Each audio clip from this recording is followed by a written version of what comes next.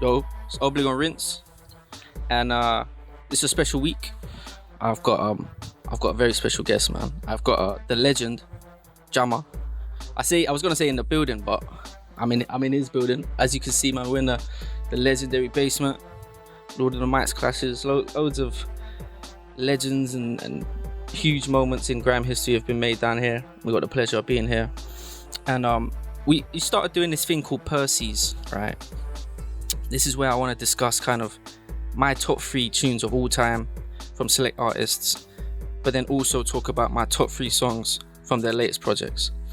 So obviously we have the brand new album Natural Selection, which is out right now. Jammer. Sorry, man, I should have.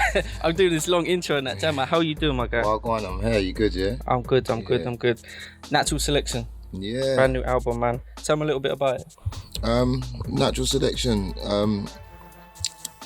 Literally, it was just me wanting to spontaneously record my progress in not only life but just developing as an artist and moving forward with sound. Do you know what I mean? And what's interesting, even why, you know, I've chose to do the interview with you is because, like, I've been mad interested in the way that you've been mixing sounds and just understanding, like, the grime Thank you, bro. essence, and then also understanding how important drill is, and also understanding how important it is to understand that the sound is one thing. Do you know what I mean? The backing, the bed of the music, away from the rappers, away from the rap. It's what inspires everyone, is the beats, and that's the kind of core basis of it. And it's like mad interesting, like when I listen to what you're doing and like the sounds that you're bringing forward. And yeah, I just think, and that's what Natural Selection is about. Do you know what I mean? It's grime, but it's also me implementing, you know, what I'm into now, what I'm listening to now, what I'm a fan of, and the progression of sound. Do you know what I mean? So, as I said, we're doing this thing called PERCYS, right? I would like to go through my 3 favorite songs of yours of all time. And I said to you earlier, like, you have a lot of music. I almost, like, I knew, but I almost didn't clock until I was staring at the catalogue. It's mad that you said that, because at my live show, my last one, XOY, I did for Are You Done 5, when Bizzle came, he was like, raw, like he said to me, and then I was saying backstage, like, blood, Jammer set this look like Beyonce set this, because I had a lot of tunes, you get me? Yeah. And some tunes I just wanted to do like bits of them and stuff, but it was like, I remember I had like, mostly had like 25, 30 tunes on my set list. Yeah, that is mad. So, my 3rd favourite tune by Jammer of all time, right, is 99% featuring Trey Mission. Now, I believe that was 2016. Mm-hmm. And how do you link up with Trey? I know Trey was always kind of like, the first time I ever saw Trey was that freestyle with Jamie and Shorty in London. Mm-hmm. What is it about Trey that kind of brought you guys together? Yeah, it was interesting for me because he was someone from Canada who was spitting grime in a grime format and using UK slang, but with a Canadian accent. Do you know what I mean? And spitting over grime beats, but also different beats that he was making, because he's from where he's from. Do you know what I'm saying? But what was sick about 99% was the first time that I got to link him in Canada. Because remember, I flew him over to do Lord of the Mics and Clash Gender. But then obviously, like you said, I found out through the freestyle with Jamie and Shorty, and then we started linking. And then obviously, man flew him in to do the Lord of the Mics. And then obviously, when I went to Canada, obviously, man's hitting when man's in the 6, innit? And then man said, you know what, it makes sense, man, get in the studio. Yeah, Trey Mission has done so much for grime. I don't think it really gets talked about enough. Like, even just Toronto in general, because I never had any idea Toronto was as parallel to London as it was until I kind of found out about Trey Mission. And obviously, like, I started my career in New York, so I really understand the difficulty of trying to bring grime and have North America kind of embrace a sound that they're not used to. 100%. So hats off to Trey Mission every single time. But yeah, let's have a little listen to that one, bro. The bad man juice. Why you drinking the bad man juice? Start something right and he's a duck like a moose. Make man disappear just like poof. I don't wanna hear hype in the booth. Them man, they still lie to the truth. Them man still lie to the youth. I don't wanna hear no one talking about moosh. I don't wanna hear no one talking about grind. No. Tell me where you were that day, that time. Yeah. Stop that, start that, yeah, that's crime. Yeah. Half of these flows all sound like mine. Half of these flows all sound like gas. That's not Amy, that smells like grass. I don't want anyone talking about Biff. Said he's got lemon, but it's sour like lime. Trey, Murkle, Yes, that one there. Lord of the Mics, Trey boy, Mission better Jam at know. 99%. That's a big tune, you know. Man, You know what? Big up Trey Mission on production as well. I think that's another thing that people need to talk more about Trey Mission for. He really had a sound, didn't it? And he was coming up at the time of like Phase and Splurt and stuff, and it's proper unique grime sound. Do you know what I mean? Yeah. Like I said, man, Trey's like a sick producer, but also sick MC. But he's just got his own thing, do you know what I mean? Yeah, And absolutely. I think that's why that tune's so unique, because we've both got our own unique style and our own unique way of delivering, do you know what I'm saying? And we just bounced off each other well, so. Yeah, man. The back-to-back tune is always like great when the energy is right, man, and it just makes sense. You see the size of, I don't know if you saw any pictures from that session, but there's a bottle of Henny the size of you. So I'll jump into number 2. My second favorite Jammer song of all time is Mind, Body and Soul. Remember that one? Yeah, that's an interesting one. Now, I think it was off one of the compilations, right? Lord of the Mics, I believe. It was on my remember. Living the Dream album. That's it. Yeah. So Mind, Body and Soul. But it was also on that compilation. Yeah. I thought I wasn't making that up. Yeah, Mind, Body and Soul. I don't know, there was something about it. I guess it was kind of like, it was a jammer that I hadn't really heard too much of. Yeah. Do you know what I mean? Yeah. And I think the first time I heard this, right, like properly, the first time I took it in, it was actually at one of your Lord of the Mics like listening sessions that you did like prior to release. I was at one randomly ages ago. Imagine I don't even think I was like properly Oblig at this point. I was working for a page called Instagram. Yeah, I remember. Right? I remember my man. Just What was putting his up name? content. Sam. Sam. Yeah. Just putting up content, and I used to help him with it, and he brought me along to that. And then I remember just being at the bar, and there were two guys just bouncing their head while this tune was playing, like, oh, it's cold, you know. I remember it so clearly, bro. And yeah, I just love that tune, man. So let's say what, Freddie, can we run that one, please? mind, body and soul. They love money and gold. Whether young or they're old. Niggas hustle on road. Blood, money and coke. Niggas slit in your throat for that £20 note. Real niggas take note. Man, I come from the road. You're the heart of the street. In the part of the east. In the mark of the beast. Where man are armed with a piece. I'm in a hungry to eat. Man, I'm done with the street. If you ain't part of the team, then I don't wanna know. And if it ain't paper, then I don't wanna go. I come back with a bang and a murderous flow. Murder she wrote. That one there. Jammer, Mind, Body and Soul. Thomas Mellor, I was gonna ask you that. Yeah, Thomas, man. I had a few people in my head who I thought that might have been. Yeah, Mella, that's like, cause I linked up with Socks around them times, and JK, and then Daps on the map, and then I was hearing a lot of Miller's production, and I was like, you know what, I need a beat pack, and he sent me a beat pack when I was working on the album, and I really liked that beat, and yeah. I remember I found out about Thomas Mellor through Lord of the Mics, because he had a song called Knife and Forks, I believe, and it was Socks. Was it the Socks Clash? Yeah. Yeah, and from then I just became a big fan of Thomas Mellor, man, so big him up. But that song, Mind, Body and Soul, man, that's a deep tune, bro. Yeah, I was experiencing a lot of things in life at that time, and I just thought, you know what, let me just start talking about some other things on my records, man. Like living the dream. I literally I had a mad year. I just got caught up in some stuff that year, do you know what I'm saying? And then I moved, I wasn't even in the ends, and I just like was in Kent, and I was just in some crib, and I just had my studio there, and I just thought, yeah man, let me just put down some stuff, man, of what I've really been experiencing and seeing, do you know what I'm saying? That was why that music was like that whole album. Yeah. How long ago was that? When did that come out? I think that was like 2015.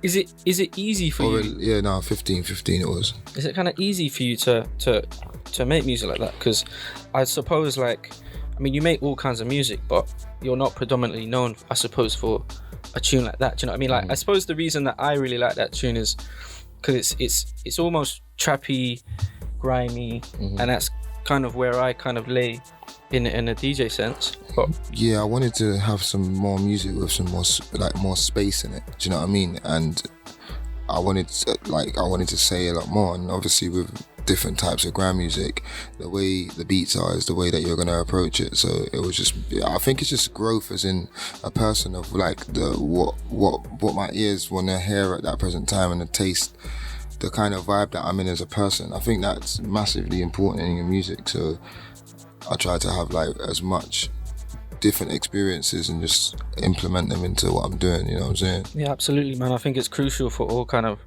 MCs to experiment with different kinds of music, because you never know what's going to come out. Like, yeah, because with grime, like you're saying, like it's a very patriotic thing. So a lot of people kind of get caught in this bubble of, oh, this is what I do, and obviously that's your thing, but it doesn't mean that you can't experiment. It doesn't mean that every artist should be able to experiment and step out the box. Yeah, absolutely. I mean, I'm sure there are people that might even say that's not a grime tune. Do you know what I mean? Yeah, 100. But I think like the way that I see grime personally, and I'm sure you do too, is it's not just like 140. It doesn't even have to be 140. Do you know what I mean? Like there's a whole kind of it's bracket. Approach. It's an approach as well. Yeah, it's an approach, it's a mindset. Like, it's even when I get grime MCs to spit on drill beats, I don't sit there and see it as drill. Do you know what I mean? It's the MC is making it grime. Do you know what I mean? It doesn't matter what the beat is. Yeah, I think a lot of the tags sometimes can bring grey areas to the situation. Do you know what I mean? Good music's good music. You know? Yeah, absolutely. So now we'll get to number one, right? And it's not going to be a surprise, right? My number one is Murkle, man. it has to be Murkle, man. Like, Murkle, man, is not just my favorite song of yours, but it's one of my favorite grime songs of all time. Do you know what I mean? I'll tell you what, let's play it and let's talk about it after. Murkle, man, never gonna fix that Murkle, man. Come to your ends and circle, man. All for the green and purple, man. Cause it's the Murkle guy. Never gonna flex that Murkle guy. Come to your ends and circle, guy. All for the green and purple. I'm the Murkle, top producer, not commercial. Bigger man, hard but like turtle. If it's so cold, you're gonna need thermal. Cause if no West Gamo's in my circle. Yeah, I'm Murkle, makeup producer, quick down circle. Show them my hard track, you better circle. Call up with Jab, air and scare him. Jam on Murkle, man. Bigger man, Louis White. One of the greatest grime songs of all time. How you feel about that song now, bro? Are you like bored of hearing it? Like, do you still love it? Like, yeah, I went through different times. There was a time when I stopped performing, and then when I was going to my shows, like you're not allowed to not perform that tune. Yeah, bro. the promoters were mad, and it was like emailing my agent, like, "Yo, he didn't perform Murkle, man. Like, we want a refund and all this shit." Oh wow. And like, but then I realized like that's part of me. That song, do you get what I'm saying? That song's just gotta live. I gotta accept it, and I just gotta be with that song, because that song done a lot for me in my life. So of course, man. And I mean, I guess everyone can understand like maybe falling out of love with songs after you've made them for so long, innit? But I guess it's just a blessing. Not many people in their lives could have a song that transcends generation. You know what I mean? Like, and it will continue to transcend generations. What do you think it is about that song that has traveled this long? Do you know what? The honest God's truth, like that song, I just think is sheer pure raw energy and like real grime, and that's what's made it live so long, because it's just authentic to true to what it is. You know what I mean? There wasn't no thought process in like, oh, we're gonna go in the studio and make this record and it's gonna be a hit record. There's nothing like that. It was just like, yo, Wiley, me, Maximum, we just there, and then once we had the freestyle, then Skep was like, yo, need to make that Murkle man bit the chorus, and then we went back in the studio, chopped it up, and then that was it, man. It just took man to a different place. What is you called it like raw grime, right? How do you define raw grime? Unapologetic, like just basically what you're getting with no filter. Do you know what I mean? I think with some situations, you know, people will look at what they're trying to achieve and what they're trying to do, and they'll sculpt it around what they're trying to achieve or what the goal is, you know what I'm saying? Whereas grime, you just doing what you feel, doing what you love, you're expressing yourself as it is at that present second, you know what I'm saying, over that beat. And that's why grime's so unique, because the DJ can play any beat and the MC can select any lyric and it creates this brand new moment. I think that's the maddest thing about grime that I think other genres could never compete with. Like, I think it's the only genre where some of Ragga's another one, like Bashment, innit? But like some of the biggest moments, like they're not even necessarily tunes. Like you might refer to a moment in a set from 10 years ago and it's almost as big as if he made a banger. Do you know what I mean? Like I don't think I've ever seen that before. Like, and I think Bashment's the only other thing that has that, because that's where grime I think got that from, Sting and stage shows where they play the beat and they do any version of their lyric on the beat. Do you get me? Sometimes they do split the bar from the beat on the thing, but sometimes they just say a mad lyric on a mad beat. Like, do you get me? And I think that's where grime got the inspiration for that from. That's my top 3 right there. But I don't want to just reminisce, right? So we've got the new project out now, Natural Selection. Go listen to that. I want to pick my top 3 from that. So my third favourite song from Natural Selection is one that you've released already. Is Believe featuring Rinse and Tempa. Okay. So if we can run that. Believe in yourself, yeah. All with her, I with her, and with her, S with her. I'm here to stack and chop, but I don't do crop. Tell my niggas in the NG better move off. Roadman keep money in a shoebox. I ain't spending that money on a new top. Gal that I'm with tries, but she don't do top. I got the new drop, man don't do shop. My niggas go hard, don't do soft. Like Logan, man, we get packed in. You go gym and lift, but you're not flexing. Got bare girls, but you're not sexing. Trying to get the money, trying to get the checks in. Money with your mouth is get your bets in. Might go to your yard and let your ex in. And I might beat her when you're resting. Trust me, man, I run up with the best thing. That one there, Believe, featuring Rinse and Tempa. Tell me about Believe, man. Tell me about linking up with Rinse and Tempa. Like, how did that come about? He was like someone I used to see on like in West End and that, selling CDs, and in Camden, and he was in one of my videos. Like, he just saw me in the street shooting and he was like, yo, big up Jam Night. And I was like, yeah, jump in the video. And then like about 4 or 5 years later, he popped up on the internet doing their freestyle over some instrument. And in an Adidas jacket, and it was just like, this is hard, and everyone was posting it, was sending that out, and I was like, nah, this is some hard, this is like real grime, like this is proper, like this is like a brand new artist, but even though he's been doing this thing for ages, but this is like, he sounds like he's been there, innit? Yeah, do you get what I'm saying? Like, it sounds like them bars was on the Sidewind, the original set, but they just wasn't, you get me? So my thing was like, you know what? Need to just get this guy and just make this song with him, because maybe this song might not get made. You know what I'm saying? I just felt like the song needed to get made, so I hit him up, and then we just got in the studio and we just got it cracking. You know, that's exactly what I thought. Like because I remember the freestyle, innit? And I remember like that flow he's got, like like that. That was so like unique and special. It just seemed super grime, innit? But I wasn't too familiar with Rinse and Tempa as an artist. So I really did appreciate when you made that happen, because just as you described it, it did seem like that was what it is. Like, everyone appreciated the freestyle, but there are so many people that come and go, like, just by dropping a freestyle, and it could have been a tune, but it never was. Maybe it just went viral, and then you lived off the viralness, and then it disappeared. No, we needed a song. We needed that to be a song, do you know what I'm saying?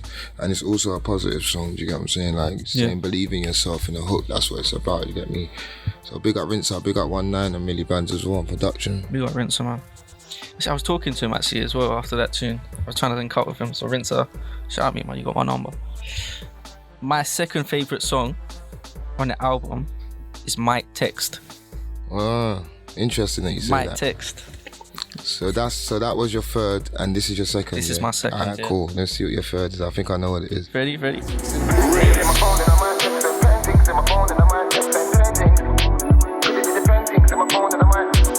can't do it like me and my crew. They don't flex like me and my crew. Don't make money like me and my crew. Girl better know where man I come true. Paintings in my phone and I might text and paintings in my phone and I might text and paintings. paintings in my phone and I got 2 girls and I might bail one. I got 2 iPhones, might sell one. Got a couple of secrets, won't tell now. Man, stay burning, burn till the L's done. And the gal them know I stay grinding. Just got the blue plaque, man, I like well done. And the task that I said I can't fail none. Man, I go blind like bro. That one there, Jammer, Mike Text. Yeah. Tell me a little bit about Mike Text. Get me, just wanted to make something for the painting still. like, you know, like sometimes when it comes to making my albums and projects, man, like I'm a bar, isn't it? Do you get me? Sometimes I don't really just always look into like making sure I got a song like bigging up the girls and just letting them know that, you know what I'm saying, we appreciate them and just catching a vibe with them, especially in like the grime like playground. Do you get what I'm saying? So Mike Text Me was a way of implementing, you know, how to just like, you know, I done a song back in the day called Sweetie Pie.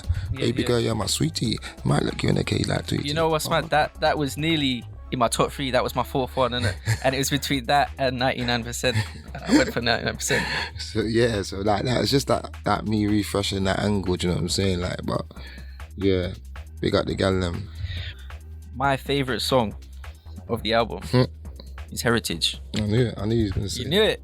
Yeah. Why did you know it? Why did you think that? Because if you know your thing, yeah, and you hear that song, man, you just know that it's like, it's a work of art, like it's actually true, and it's just big facts, and it's just like, again, unapologetic, and just me saying, you know, I never really, you know, I don't know how people feel about it, but I don't really talk about what I've done. Like, people know that I built, but really, people don't really know a lot of the things that I've been involved in and what I'm behind, you know what I'm saying? So, for sure. That was just me. And also, because obviously on this house, there's a heritage plaque, blue heritage plaque, which is... Yeah, I remember when you posted it on IG. Yeah, that's so huge. So it's for all the work that's been done in this basement. That's what that plaque's been put on the house for. So I thought, you know, I was making this album, I thought, you know what, that's a very signature key thing. You know, I need to make a song about that. It's all good saying that happened, but I just wanted to make a song around that and just talking about why I actually got a blue plaque. Mate, that blue plaque, you know, speaking of things that don't get talked about enough, like, that's insane. Yeah. You know what I mean? And it's weird because I guess in our line of work, if you know, then you know it makes sense. But I think because like grime doesn't always get the respect that it deserves, that it almost like I would never expect it to be acknowledged like that. On that level, you know what I'm saying? Yeah. How did that even happen? Like, yeah, man, that was like, that's the you know, the borough, the community, they're just realising that, like, look, it's a lot of the community centres got shut down at the time that we opened up the basement to like the area and like to people. So this was basically the youth centre, you know what I'm saying? And like we was literally doing the work, was doing the government's work, was keeping the man them off the roads, trying to keep them out of jail, keep them out of trouble. So, and then a lot of those people that came through these doors became successful at what they were doing, do you know what I'm saying? But they just needed a hub at the time or somewhere to be able to express their art and express themselves as an individual. So I think, you know, over time, some things are undeniable, and I think that's just one of the things that was undeniable. My G's done it from a test press, through the with man express. Man never linked decks yet, and then man never had decks yet. And Stormzy never had sex yet. Kano didn't link gets yet. Tish never got that stretch yet. And Wiley never got vexed yet. And Dizzy round school never left yet. Chick Monk didn't link wreck yet. JME weren't spitting with Skep yet. And JK never lost depth yet. Do this for the culture, building like a soldier. No time for a vulture. Yeah, I'm trying to be an owner, trying to make 100 bags for my phone now. Trying to go hot like Bona. It's never done till it's over. Gotta play the game like poker. Let's go, storming. Jammer Heritage. Huge tune. Huge tune, man. That one needs a big video, man. Yeah, that one needs a big video. That's next. That's what I'm shooting next. So, yeah. Yeah, man. It's one of them ones where you have to like. It's a banger, but you gotta sit and listen because it's actually history. Do you know what I mean? Everything there, history. How does it feel to be Jammer like in 2020? Do you know what I mean? Like, I mean, and when I say that, I mean, you know, coming up, you've got like a goal, I suppose. Mm-hmm. And now you're like the Jammer of today. You're the Jammer that's been through a lot. You're the Jammer that, like, I suppose come to be? Like, you've crafted yourself to this jammer, innit? Like, what does it feel like? I've exceeded a lot of things and limits, and I've done a lot of things in my career and time, and I've seen a lot of things, and I've done a majority of things that artists are mostly just getting to do with their career now. I've done that like 10 years ago. Do you know what I'm saying? So for me, like, when I think about it, I'm like a phenomenon, because like a lot of people, they're not around two decades. You know what I'm saying? Whatever you think like of me as an artist, or like how my music connecting, like I'm still here, I'm still relevant. Or like your hottest artists still know me and respect me. Do you get what I'm saying? Like, so, and respect what I've done and what I've built. So for me, I'm not looking for no gratification or anything of anyone no more. I'm just trying to murk, because I know I'm a murker, so that's all I got to continue to do. So that's like real interesting that you asked that, because it's like I've been looking at that for a minute, and it's like, as artists, you really do have to look at yourself, and sometimes you have to reinvent and come with new angles and stuff like that. Do you know what I'm saying? But for me, I just know that I was always remained who I was through my career, so that's what I need to keep doing. But just make sure my shit's better, make sure my voice on my records is sounding better, recordings better, mix downs, the beats, people that I'm working with, and my attitude towards life and people and how I'm dealing with people. It just all needs to be progressing, and that's what's happening. So that's what I care about. You know what I'm saying? You got, man. That's a great answer. And I guess I just want to say like, thank you really for carrying on. You get me? Like, it's great to see, you know, you putting out great music, Frisco, JME, like everyone still going and still going very, very strong. Yeah. Well, fam, you know what it is, fam? Like, when you've the forefront of something, and you've like been individually like creating and helping create something so unique and that's so massive now, like, you've got a lot to, it's like, if you really look at that, you're gonna just put yourself under mad pressure to things to live up to. Just be you, just be yourself, you already did it, you already did this thing, so you can just only continue to be great. Do you get me? So that's literally it, fam. Man, just on greatness, fam. For sure, man. And on that, we're gonna cut it off. But yeah, thank you very much for doing this with me, bro. It's been a pleasure to chat to you. It's been a pleasure to just be here in general. And thank you for supporting me as well. Come on, you know what it is. Solid, come on. Yeah, man. Oblig, Rinse. Oblig on Rinse.